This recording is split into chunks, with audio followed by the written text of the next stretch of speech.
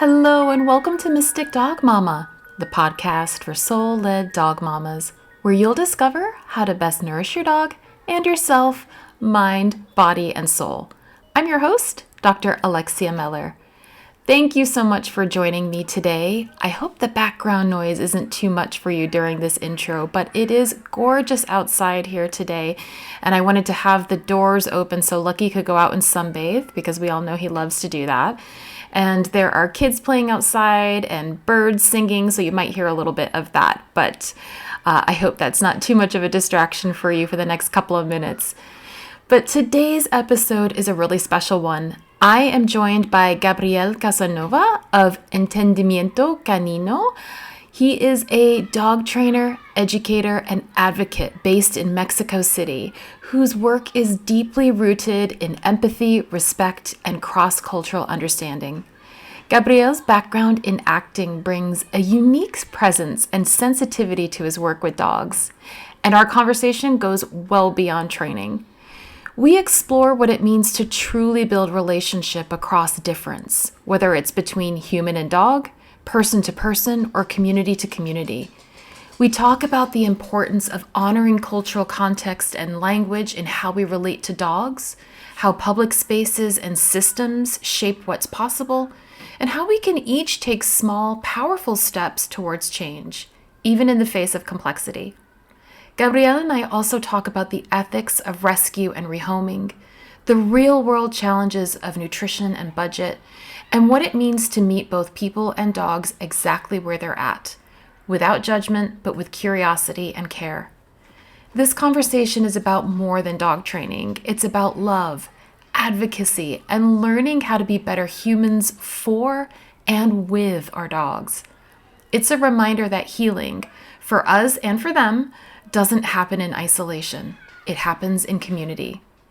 And speaking of community, Stacy Renfrey and I would love to welcome you into our free Fetch First Light community for like-hearted dog guardians, where we host conversations just like this one, as well as how to live a more conscious life with our dogs. So if you're looking for a safe space to explore nutrition for your dog, as well as how to create a soulful life with your pup, we would love to have you there. Go to our website, learnfetch.com, for the link to join the group, and you'll also find a whole bunch of free resources to support you on your health journey with your dog. Again, that's learnfetch.com. Okay, on that note, let's go. Hi, Gabriel. Thank you so much for joining me on Mystic Dog Mama today. I am so excited to have this conversation with you. My pleasure. Thank you for inviting me. Oh, pleasure's all mine. I have been wanting to talk to you for a while. We've been in conversation through social media for, gosh, almost 2 years, I think, at this Almost two point. years, more or Yeah, it's less. been Yeah. for a while. And it started because I was based in Mexico and you were based in Mexico City. And I was so thrilled to see what you were posting about working with dogs in that cultural context. And I was also struggling with the kind of wave of information that proliferates around dogs, specifically coming from the US, the UK, the kind of Anglophone world, and feeling like, from my perspective of dealing with Lucky and his nutrition, a lot of that stuff didn't translate into the kind of cultural context of dogs in where I was in Mexico, at least. I could only speak from that context, but also what I had available to me. And it started to open me up to the way that we tend to, I'm going to kind of broadly generalize that the Anglophone world can be really kind of colonizing in the way that it approaches a Totally. lot of things, you know? And so I wanted to kind of create a space where we could start to deconstruct some of that and look at the ways in which we engage with dogs in different cultures, the various barriers that we're experiencing and how we can learn from one another and what are the different kinds of questions that we need to be asking. And I thought you're the perfect person to have this conversation with. Thank you. So Thank you. so I'm grateful for you coming on here. But I wanted to start, if you could just give a little bit of a background for people who aren't familiar with you and your work. You didn't initially come into dog training straight off the bat. I think you've got a really interesting story of how you got into it. Would you mind sharing that with the audience? Yeah, sure. I'm a professional actor. I'm a film actor from I've been working as a film actor and theater and etc. like for 26 years. And then after the pandemia, with this crisis in the world, and the productions and the in the field of work and etc., it was like the perfect time to go for studying something that I always wanted to. I love animals. My mother is an anthropologist, so since I was a little boy, I deal with crocodiles, macaws, like cats, dogs, parrots, everything. So I love animals since I have memory, and I always wanted to learn like dog training, but I just did it after the pandemic. It was like the crisis of the pandemic. Like, okay, now what's next? And then I say, okay, this is the perfect time to go for it. And I'm really happy that it was like that, because I went straight to the positive vision of dog training. So that is something that I'm really, really happy. I know a lot of trainers that start with the previous methods, and I can imagine that it's horrible. I just remember my previous dogs that I use a bit of that dominance mindset, and I feel horrible. So I'm happy that I'm very young in this field, but with all my energy. So I decide to quit acting and go fully into what the dog training. And now that we are saying it, it's not just the dog training, because in these 4 years of my business, I discovered that it has to do more with the relationship between us, humans and other species. So that's my main focus, the respect between us, Mm-hmm. with the excuse of dogs. Exactly, exactly. Well, I think it's really interesting that you as well kind of had that experience of the pandemic creating a crisis moment personally as we were going through it collectively, and that's what sort of triggered the transition for you. That's exactly what happened for me with going into canine nutrition as Yeah, well. It was that same time. And I think it speaks to that collective questioning that we were going through around and are continuing to go through of like how have the old ways not not been serving us, and it gave that kind of permission slip in a sense to start to do things differently. And I've spoken to other trainers who similarly have gone into dog training or working with dogs as almost like a second career in a sense, like after having done something else, and they've expressed exactly what you just said, that they're really grateful that they came into it in this era of dog training where there yeah, is a generally accepted ethos that positive reinforcement is yeah. at various kinds of ways of approaching dogs positively and respecting the whole dog is becoming the norm versus having been indoctrinated in some of the now outdated theories around like the alpha and all, your dog's trying to dominate you and that kind of a thing. So I think it's a gift that you It's came in it's when you really did. interesting now that you're mentioning this, Alexia. Is like, okay, now we're talking about the relationship between humans and dogs in our daily life. But at the beginning, you were saying, okay, how does things go on from your perspective in a different country with a different language?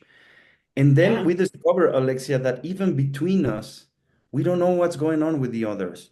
So I think that the point is community. I truly believe in community. I mean, I remember I was in Amsterdam. I was living in Amsterdam during the lockdown. And I remember that it was so shocking. We were just questioning everything, art, and at that time, and etc., and what was going on with the world, and etc. And I remember I was saying at that moment, I think that the world will understand now that something that happens in one part of the world, it will affect the whole world. I mean, if we don't understand that with this, I was really positive at that time, Alexia, and then time passed by. Then after a year and a half, I came back to Mexico to pick up my dog and go back there and etc. And then for me, it's really incredible that it was not necessary like that. Mhm. So the thing that we are, for example, I'm making a huge effort in bring my tutors and my teachers from the UK and United States to translate that knowledge into the people of Spanish people countries, and the other way around, Mhm. because we also have a lot of things that you guys don't know how to deal with. Right. It's incredible, but it's just like, it's funny to think, Alexia, that nowadays we are still wondering what is going on with the other. So at the in the bottom line, that's the point. Hmm. You know, open our perspective to see what's going on with you, not just waiting for you to say something so I can reply, but to say, okay, how do you do it? What's your questioning around all this stuff? What your struggles, what's your strongest points about it, and that is something that can be really intimidating for people because I mean, not even with dogs is just like the end, when you say now that you were mentioning colonizing, what Zach George is mentioning about the use of dogs as weapons and this horrible thing that's going on worldwide, Hmm. you realize that I think, and that's something really really funny to say, but the main problem is it's on the human side, you know. 100%. When they say which is the most difficult dog that you have worked with, and I say no, all my dogs are incredible, even the reactive ones. They don't have any problem. The thing is that we don't understand them. And so that's why I'm working on, a super kind sense of humor way of going to the tutors to say, hey, you need to get into this game. You need to jump into the field and you need to participate actively so things can change. Mm-hmm. Yeah. 100%. 100%. Oh, we see some of that too here in the UK with the banned breeds, that certain breeds have been deemed super dangerous, when in reality, it's the humans. Of And course, either, it's always the humans, right? And also a misunderstanding of the breeds and what they were bred to do and how to give them the appropriate outlets for those behaviors and meeting their needs and all of that. None of that is considered, when we're having this kind of conversation and what it and I feel like a lot of owners don't necessarily think about those things when they're choosing a dog. So again, the onus is on us, right? It's not the dog. There's not something inherently wrong with the breed of the dog. It's us that needs to think differently about it. definitely, But definitely. I wondered, so something that I'm kind of curious about. So you went outside, you went to the US. You worked with trainers, teachers from the US and the UK to inform your way of approaching dogs. What do you feel is different about the kind of training that's happening that you're seeing kind of the Well, dog culture in Mexico versus what you were well, experiencing in other places? And like you said, you have something to teach the Anglophone world as well. And I wondered if you could kind of sure. elaborate on some of that. What do you feel is missing Sure, the most? Alexia. It's very simple. I think that the contemporary method of dog training, the positive one, and when I say positive, let me make a parenthesis here. I am extremely positive. I Mhm. don't raise the voice. I don't use the word no, and I don't even put my body into the nothing that can intimidate the animal in emotional or physical way. So I declare myself as totally positive. But I can say that the contemporary method of dog training, it's impeccable. It's based on science. We have researched a lot, and a few years, like if we can calculate it well, it's just like around 15, 18 years that this has developed seriously into that direction. I think that in that time, it's amazing what we reach in that sense. I don't have any doubt about it. I use it with all my dogs and it works. But the environment is completely different. The environment is completely different. Let's start mentioning the nutrition part of the relationship. In the third world countries, there's a lot of people that have dogs that cannot do that, even for themselves. Mhm. So there's a huge difference there. I mean, not everyone, but most of the people in the third world countries do not have the budget to make a balanced diet, even for themselves. So that's Mhm. starting there. You have a different universe. Mhm. Then the spaces, the public spaces are completely different. We are a lot more into the population is a lot more huge than in other countries. So the relationship between humans, it's messy. The streets, the public parks are completely different. There's no rules. supposed to be rules, but it doesn't work, So it's just like an anarchy out there. So I mean, you can work in your dog and you can have perfectly what you're doing with your dog, but there's a lot of dogs with no leash, really aggressive, with owners more aggressive than the dog. So it's Yeah. a huge scenario that it's very hostile. So that is something quite peculiar in the way that, I mean, one time I was asking Andrew Hale, hey Andrew, it's amazing what you're doing and what you're sharing this and this in this conversation, but help me. How do I put this into this situation? And it was really incredible.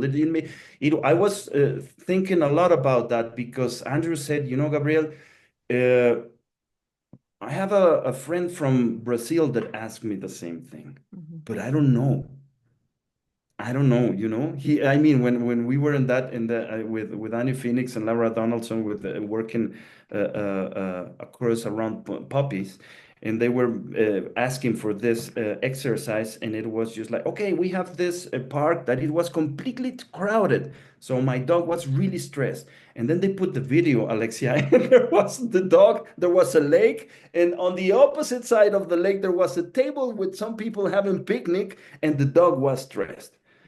And I say, oh my God, how can I explain to you that for us it's just like, 20 centimeters sometimes with a non-leash dog and etc. So that scenario, it forces us to develop response on the dogs all Mhm. higher that we can. And honestly, I think that not all the time is it's something that we can reach. Mhm. Because you are talking about the nature of an animal. I mean, I talk with Laura a lot about this because I was, wondering how can we can concentrate all this knowledge and, put it in an injection and that it works, but there's something that do not work, Alexia. And that's why we see the mess in kind of cities like mine. It's a mess. There's no way that this, I mean, if you think about it, it's a miracle that it's still working on, because if you think about it, this is insane.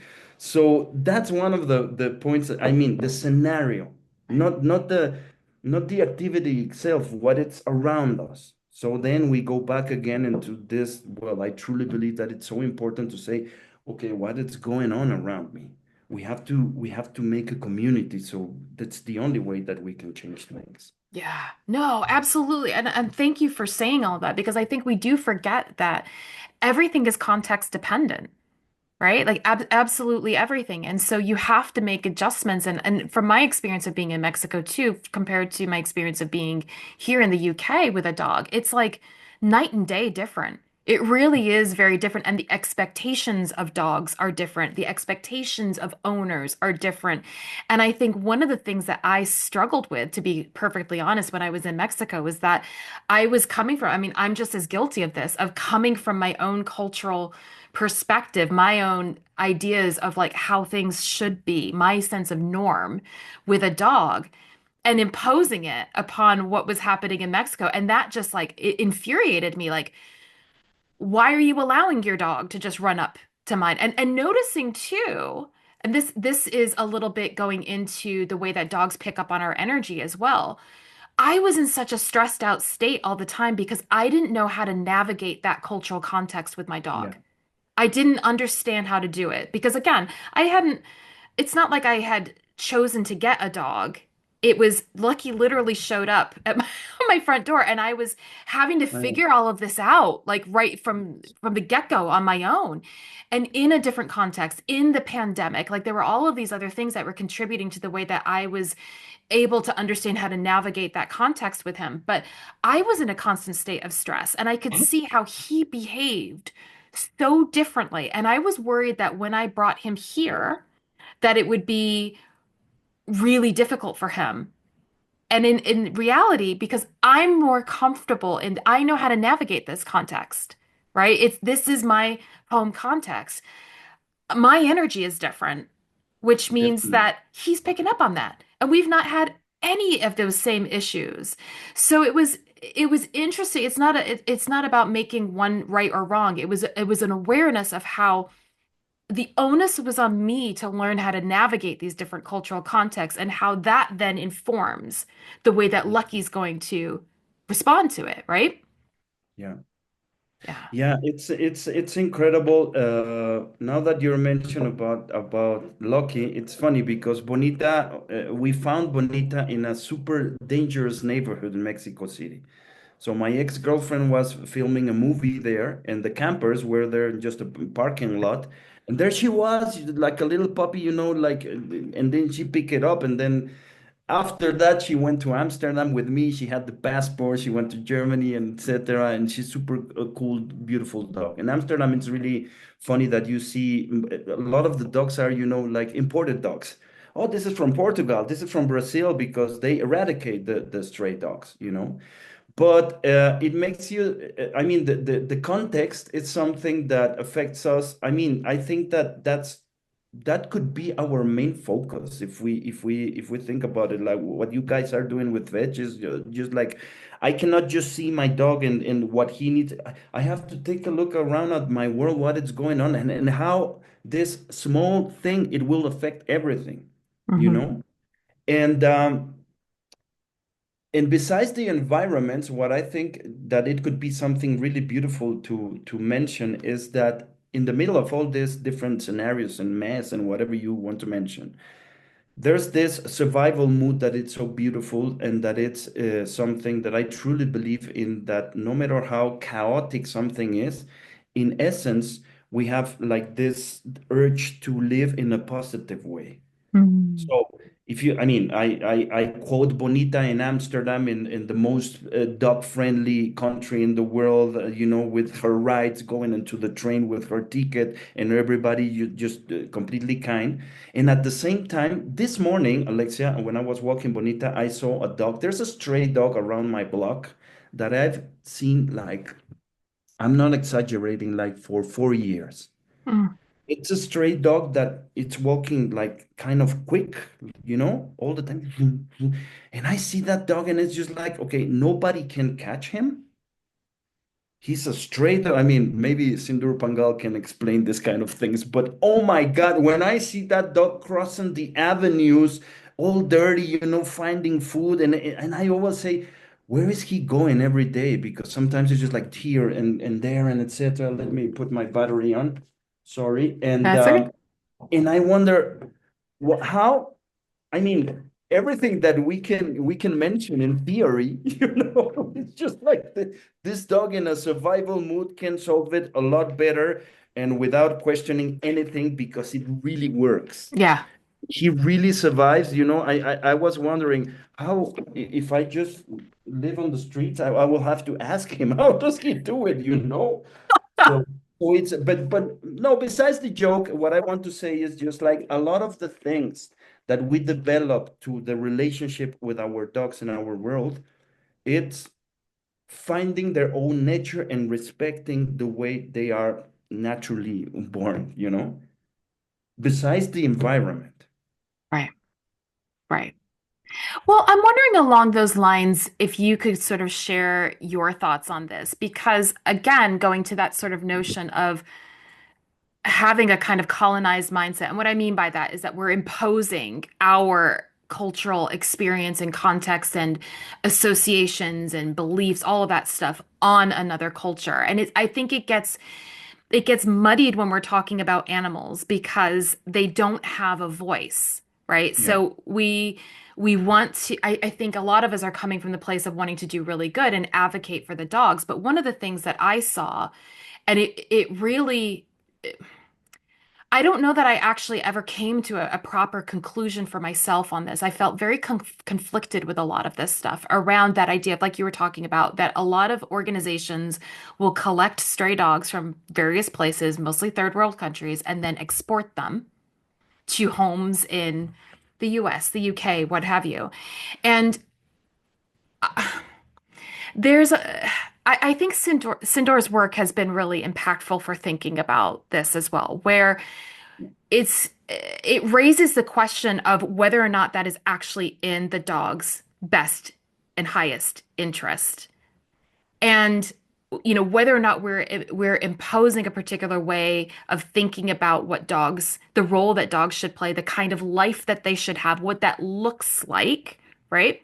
And not necessarily respecting that of the particular dog. And there was a case that I was working with from a nutrition standpoint that really asked me to dig into this a little bit more because the dog was rescued from Mexico, rounded up off of the streets, had lived, was used to living on the street, just like that dog you were just describing, rounded up, shipped up to Canada, and then bounced around multiple foster homes before getting adopted and was really struggling with health stuff, which is why they came to me to help with the nutrition, but Yeah. then also with behavior stuff. And going from living on the streets in like Cancun to then having to be in a condo in Vancouver and having to adapt to all, and so it started, and the Guardian was asking these questions too of, is this right for us to do? So we were navigating this together and recognizing it's so complex. And I'm not asking Yes. for an answer on this, but I'd love to hear your reflections on that. Alexia, this is something that it's very deep and very hard to swallow.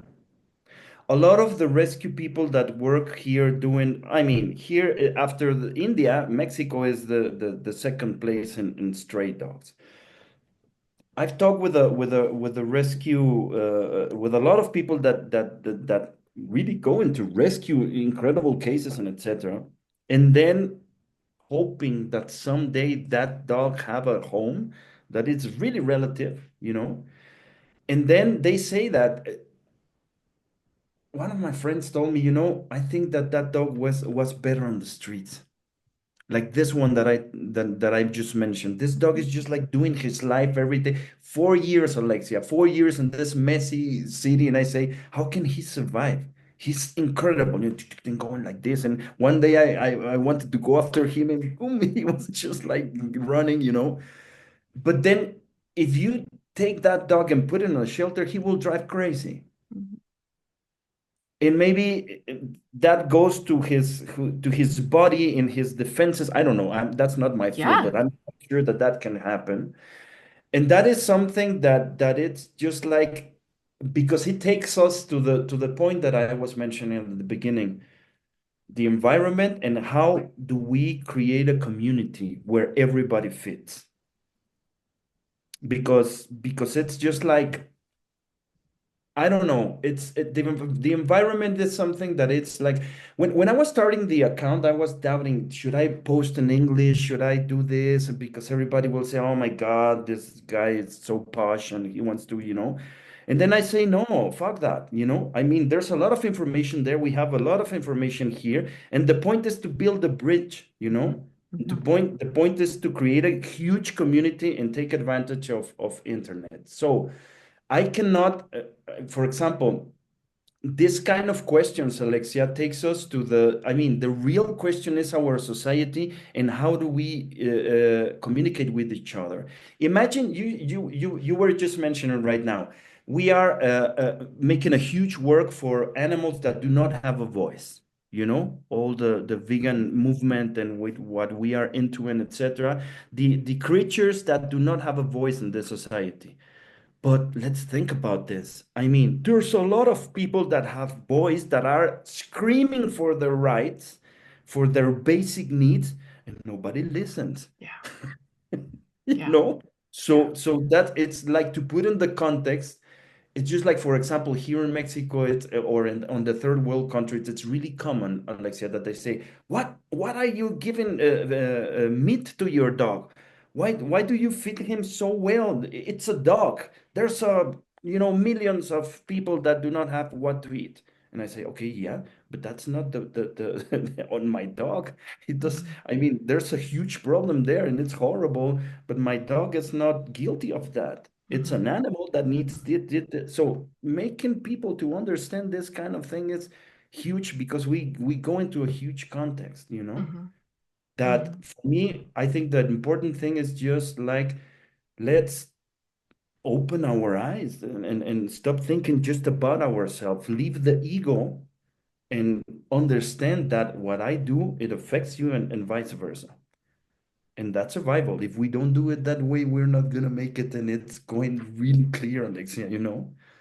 It's really Absolutely. clear. Absolutely. No, and I love that you bring that up because I think it's also sort of underlining a lot of what you're saying is we also need to start taking a more interspecies approach to how we're thinking about welfare and well-being and how systems become equitable for all. And I think it's really funny because Stacy and I recently did a conversation, a Fetch First Friday episode on kind of diving into the vegan dog food movement and what that's Sure. about. And we put it through the lens of Fetch and started to look at specifically using there was in the UK, there's a show called Dragon's Den, which is a bit like Shark Tank in the US, where people pitch ideas to investors and they choose whether or not they're going to invest in it. And it's, reality TV show. There And this was, guy won, right? With his yes, project. Yeah, this yes. guy won. Yeah. He won with some vegan kibble, and he's also developing lab-grown meat. And this is not about saying that one way of doing things is right or wrong or what have you, but I think what's interesting is that these shifts invite real criticality about what our food systems look like, what our values are that are underpinning that, and how we think about our relationship to life and death and nature and all of that. And we were saying, like, from the perspective as canine nutritionists, when we're looking at dogs, they are not omnivores. It's easy for marketing to say that they're omnivores and that they can eat vegan diets because that makes us more comfortable. Sure, they can survive off of vegan diets, but we're talking about, do you just want your family member to survive? Do you want any other species just to survive? We're looking at, so what does it look like for various species to thrive? And from our perspectives, knowing that they are facultative carnivores, they derive the majority of their nutrients from animal products. They also play a role, carnivores play a particular role in the wider web of life.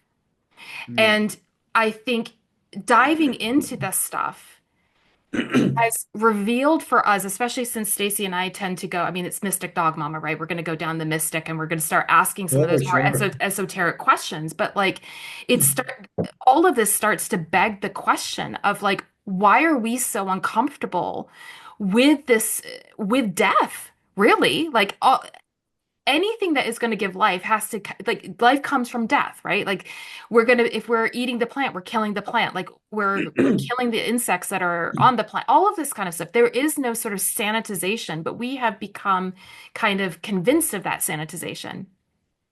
And I think what's really interesting with what we're seeing with dogs and having to they for me are the gateway for us to nature, to Sure. other ways of thinking, to interspecies considerations, right? Because we're bringing this animal into our homes and they live with us and they engage with us and they grow with us and evolve with us in a way that no other species does. No other species has developed this kind of relationship that we have with dogs. And so that's where I feel there's such mirrors for us to reflect back some of these bigger questions that we need to be asking. And where are our blind spots in this? And where are we really uncomfortable with things that they're highlighting for us? So yeah, I love, yeah, I would love to hear your thoughts on that too. Well, I think that it's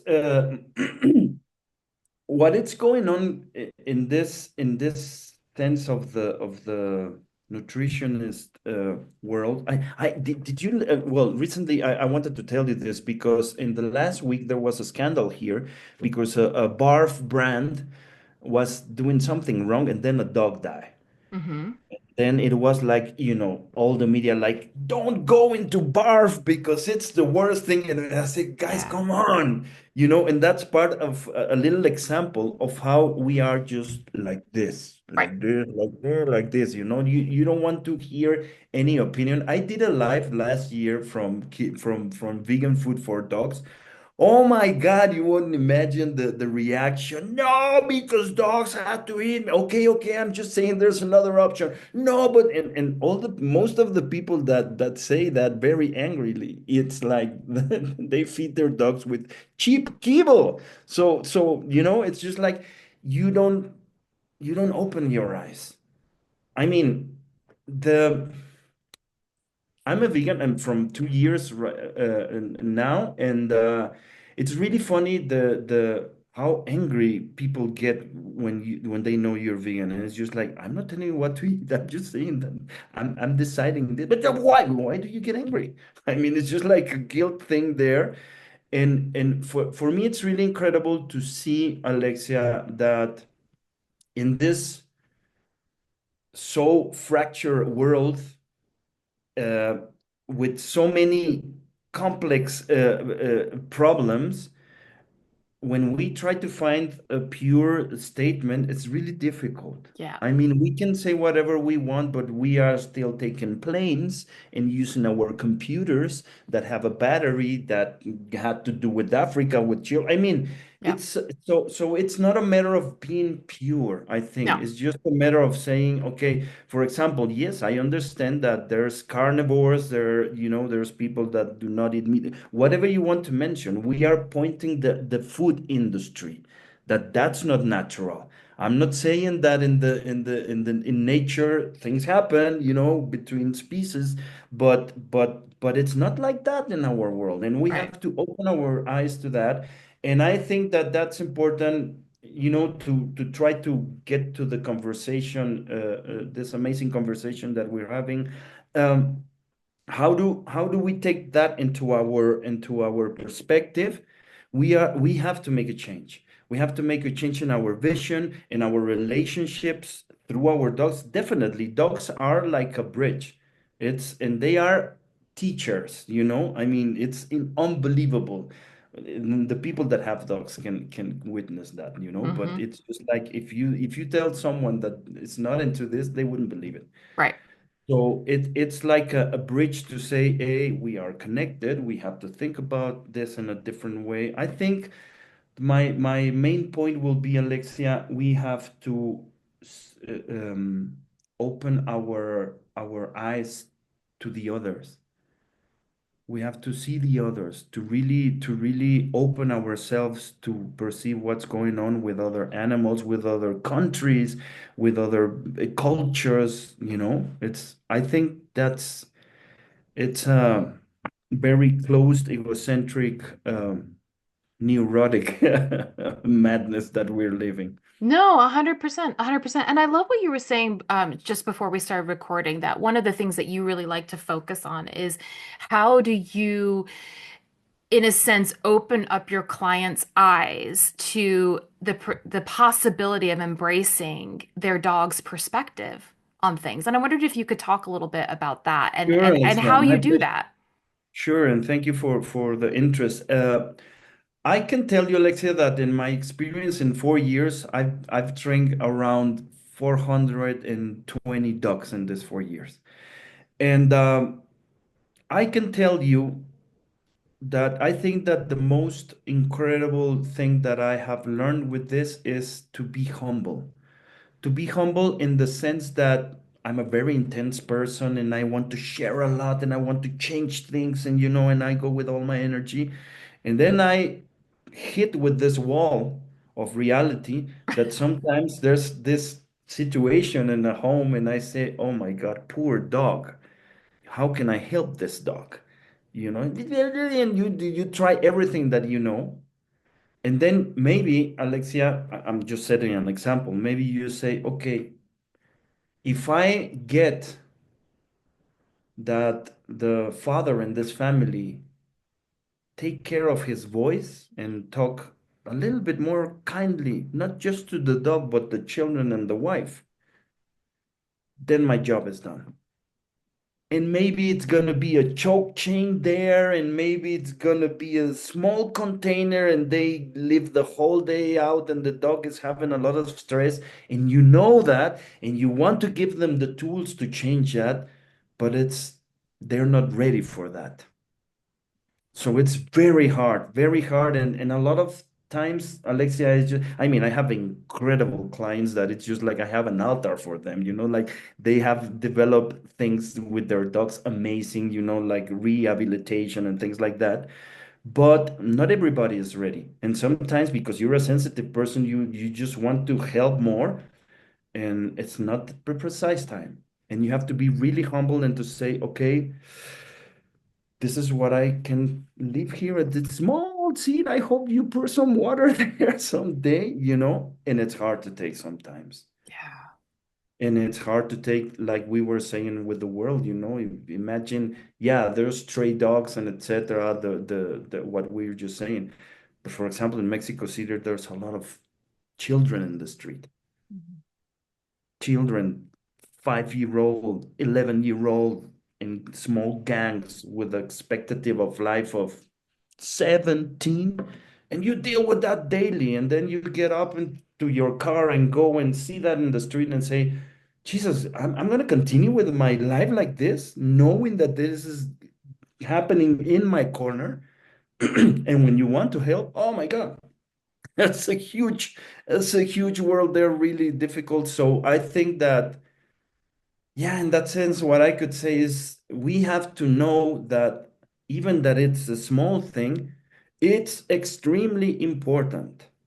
No matter if we cannot grab as much as we want, but even the small changes and decision, maybe somebody say, "Oh yeah, you're right. They are very intelligent." Yeah, sure, they are very intelligent. Yeah, I'm gonna change the color. Oh God, thank you.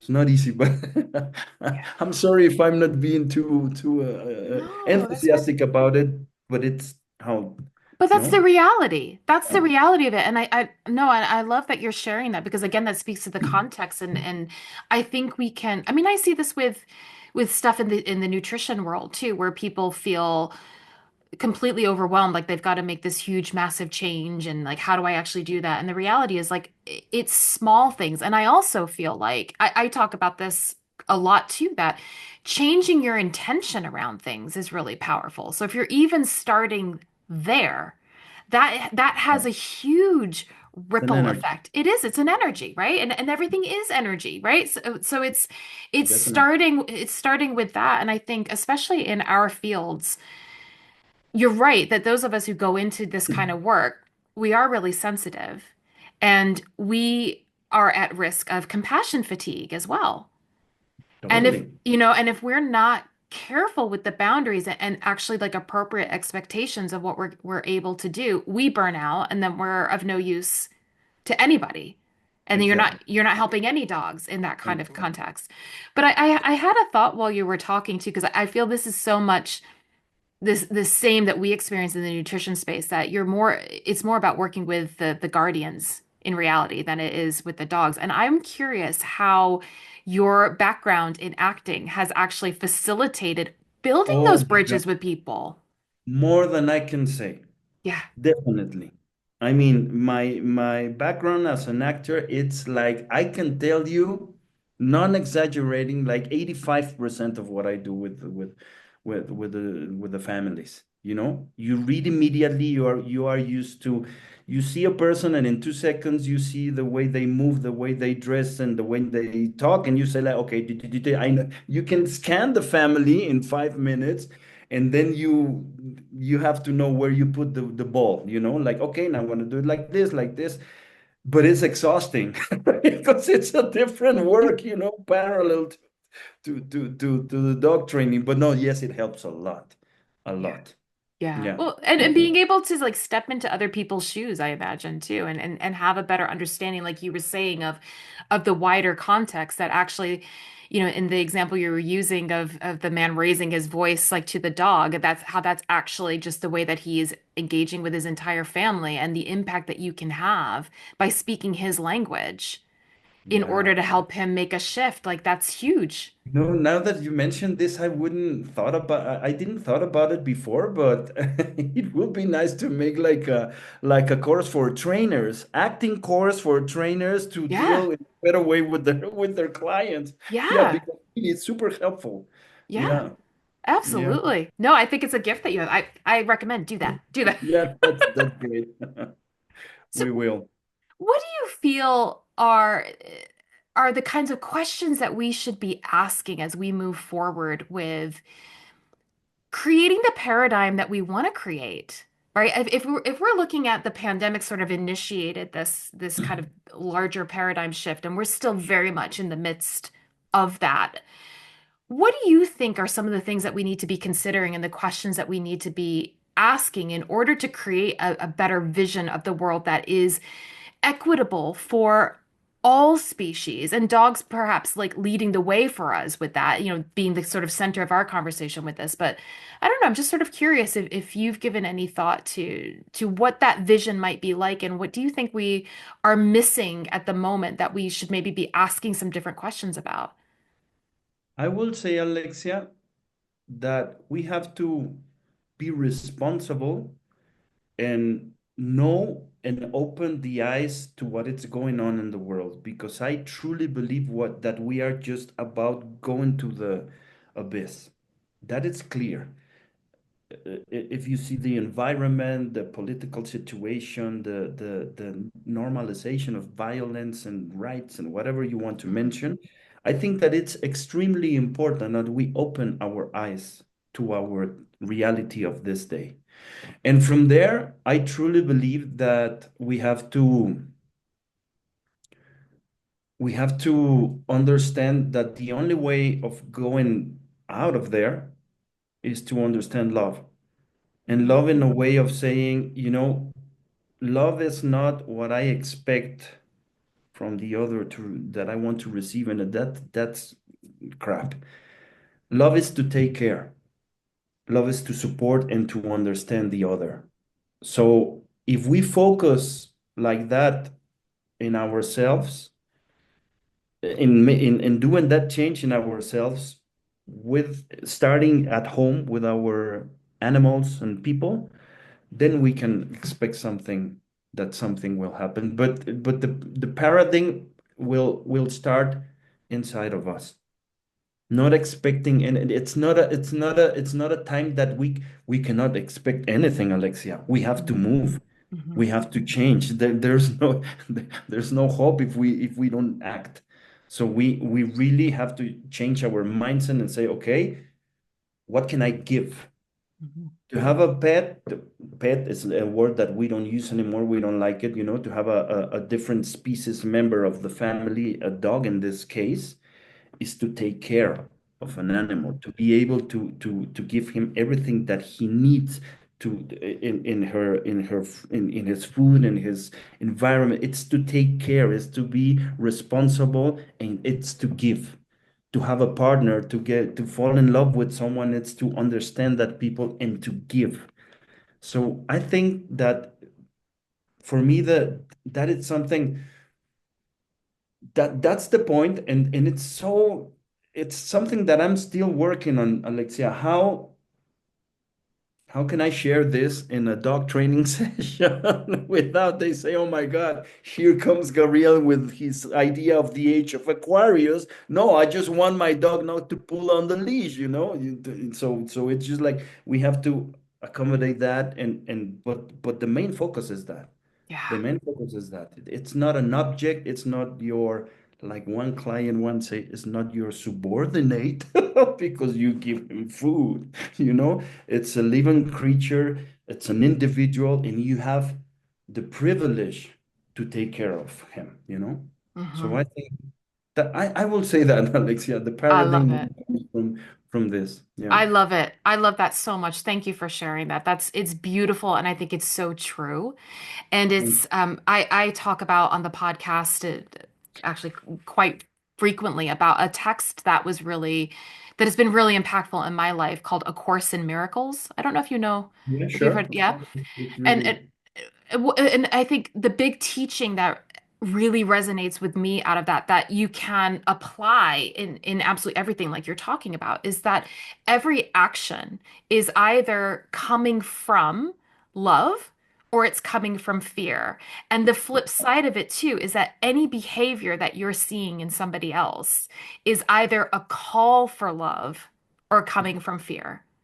And I think that's just as applicable with our dogs too. And that for me translates into a different way of understanding behavior and Yeah, understanding how we work with behavior, right? And it's a communication tool. And yeah, so when we start to see that the quote unquote reactivity, the leash pulling or whatever is communicating a need something. or is Yeah, of communicating course. something exactly, or like it is in a sense like a call for love. And I love that you described love in that beautiful way that it's not the way that we've been sort of told, like Hollywood portraying romantic love and all of that. It I think it's the essence of who we actually are. And it's Yeah, the sure. essence of who our dogs are, which is why we're so drawn to them Yeah, because they totally. reflect it back to us. Yeah, That which we're seeking, that we've forgotten that we are, when we seek it in everything else, they are just like pure unconditional love and just reflecting that to us, which is why like we're just so drawn to them. But I think that's for me, that's sort of the way to kind of not to answer your question, but to reflect on your question of like, so how do we do that in an everyday normal context of my dog's pulling on the leash and I want this to stop. It's looking for me, it's looking at the dog is trying to communicate something, but also the guardian who is frustrated with that is also trying to communicate something. yes, I Mhm. understand. Let me see if I can translate it well. My main phrase with my clients when I have a new client or they asking for information is, let me see if I can translate it well. It's it has to do with understanding and respect dog as an individual. Mhm. That's how I do my first approach. It's not a pet. It's an individual. You have Mhm. to understand what is going on with him and you have to respect that. Mhm. For example, the leash. What is going on with the leash? He bite me from nothing. No, no, no. There's always a reason. Let's search there, you know? So I think that's the it I think it's really funny. It's really funny today to see that a lot of the subjects go into the same point, see the other, respect the other, you know? And Yeah. finding ways to do it in a very practical way.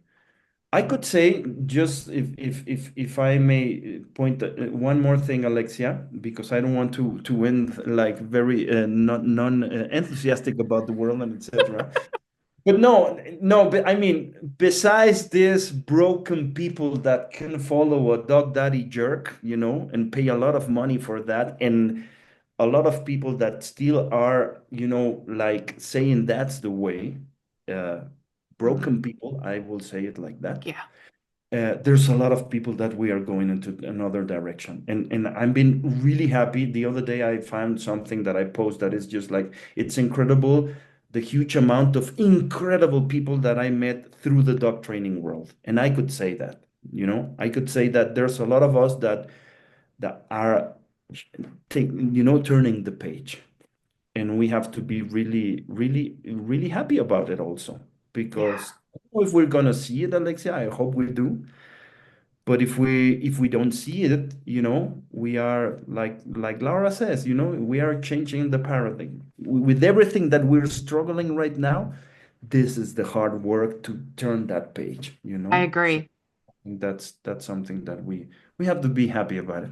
100%. And I think we Yeah, have to your point, it's almost we have to be the beacons. We have to be the lighthouses that are just being ourselves, being love, living that different way of being with our dogs and being with one another. Like it's coming from not necessarily, it's not an instructional, like I'm going to teach you how to do yeah, this. It's I'm being it. And exactly. then you witnessing it Exactly. might start to ask me some questions about that or but if it's the modeling, it's definitely the modeling and I feel like that's what we do with our dogs too. And I think something that's running through a lot of what you're saying that I really appreciate too is being curious about others. Yeah. You know, like having that lens of curiosity and maybe asking different questions and recognizing that in order to really love somebody else, you have to love yourself for one, but also when you were describing like getting to know somebody, getting to know your dog, it means asking things, not assuming that you know everything, right? Or that your way of interpreting something is the right way or the only way. It's asking some different questions. And I think the minute that Or we, if you agree or not, it doesn't yeah, matter. doesn't You, matter. you know? It Yeah. doesn't matter. And I think that the asking different questions opens that space of possibility for multiple things to coexist, but also to get to know, like in the case of your dog, in case of people you live with and you engage with, it's learning about them and learning about how to better engage with them. What is it that they need? It's the giving that you're talking about. Yeah. What do they need? And Yes. that we actually feel, I mean, studies show that we actually feel better when we are giving, when we are of service. And to me, that's part of redefining what it means to be of service. You know, that it's you being and being curious about another, and then seeing how you can share that aspect of yourself with Yeah. another, whether it's a dog or somebody else or whatever. And I think to you, I think you're right that we're being called to do that. That is how we change the world. Yeah, and also I could say, Alexia, that we have to be responsible. We have to know that we are responsible for something. Most of the people that are being aggressive to their dogs, they don't they don't realize that. They think that's the way. Hmm. They don't know there's another option. Yep. And when you show them, it's just like, oh my God, because they told them that from generations and from the world that we live in. But once they have a small bite of, oh my God, there's another way, then the whole universe opens up. I have a lot of clients that in the first training session, they say like, okay, my dog knows how to sit. Okay, show me. Sit! And the dog is just like sitting like that. And I say, oh my God, that's great. But I will just ask you, why did you scream? Why do you threat your dog? What? It's the order. No, we don't use orders. Look at his ears and look at the body language of the dog. He's completely scared Yeah. from you. Yeah. It's like, okay. And then you do it without speaking. And then it's, how do you do it? Just observe him, connect with him. You don't Yeah. have to talk to him. It's just energy, but once they say that, oh my God, the change is amazing. So in that sense, it's like, yeah, we have to be really patient and very responsible, because there was one day that you and me, Alexia, didn't know all these things, 100%. you know? Maybe we Absolutely. could be intuitive about not doing this or that, but we didn't know all the things that we know right now. So, in that sense, it's a responsibility to be patient. Sometimes it's really hard, but be patient with all these kind of things, to share and to put things there on the table to say, it's not me, just try it. Oh my God, that's different. Yeah. Yeah. Yeah, No, absolutely. No, I agree 100% with that. And I think it's that's how you change the world is one little thing at a time and meeting people where they're at and yeah. respecting that that's where they're at on their You journey, also as have to hard as that respect can that. be. Yeah. Mhm. No, I love it. Gabrielle, I feel like I could just talk to you forever. You're going to need to come back on the Yeah, sure. podcast. There's so many things Anytime. that we can cover, and I think it's really important to have these Anytime. kinds of conversations. I wondered, is there anything else that I've not asked you about that you would like to make sure that we bring forward to listeners today? No, not at all. I mean, we could talk about for hours and hours. That's amazing. I really appreciate that you invite me. And no, let's just share this information with people and then make another one and another one. We Perfect. have to we have to translate the Fetch project into Spanish so we can reach more people and talk about that. And we just keep walking. I really Absolutely. appreciate the invitation. Thank you very much, Alexia, and good luck with Well, the whole thank you. Well, project. thank you so much. And I appreciate your support with all of this too. And I agree. It is about joining forces and helping people to find their own entry point into all of this stuff. For some people, it's going to be the behavior stuff. For some others, it's going to be the food stuff because there's a health crisis that has triggered something. Like, Yeah. and it's finding your way into this. And again, using dogs as the gateway for then how do we connect with one another? So it's beautiful. But I have one final question that I ask all of my guests I would like to pose to you Shoot today. it. That is how do and you can choose your own dog. if you feel like, or it could be client dog. So I'm going to say, what do you feel like dogs have taught you about what it means to be human? What do I feel that a dog taught me about being human? Mm-hmm. About what it means to be human. Wow, it's a beautiful question.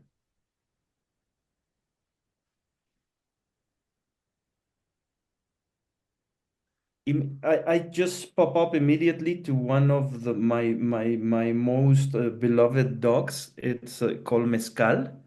He was extremely vulnerable. He was suffering a lot of violence, and we not I mean we together, but Maria, his tutor, make an extraordinary work, and we just rehabilitate that dog. I could say, Alexia, that I can help as a human, that I can rehabilitate and that I can make another creature trust in humans again. Mm, That we are not like that, and not just that, but the possibility to another species, the canine species that do not have our language, to show them that it could be different. It's like taking care. It's like taking care, but that's, for me, as human, that's a huge honor. I absolutely. think that all the dogs have taught me that, but with Mezcal, it was just like, oh my God, so wonderful to see that. Yeah. Oh, that's magic. Thank you for sharing that. No, Gabrielle, thank you. Yeah, thank you thank very much. you. Thank you. And we'll talk again soon. Yeah, take care You and too. let me know about the project and etc. I I mean, will do. I will do. Thank take you. care. Yeah. Thank you so much for joining me today for my conversation with Gabriel Casanova. I highly encourage you to check out his work, to follow him on social media, and get involved in the conversation. You can connect with Gabriel on Instagram at Entendimiento Canino and his website, entendimientocanino.com. I have left those links in the show notes so you can connect directly from there. And again, if you'd like to come be a part of our growing Fetch First Light community, we would love to have you there. It's free and it's a wonderful place to start your fetch journey with Stacy, me, and other like-hearted dog guardians. You can learn more on our website, learnfetch.com. And while you're there, pick up one of our free resources to help you on your next step of your health journey with your dog. All right, until next time.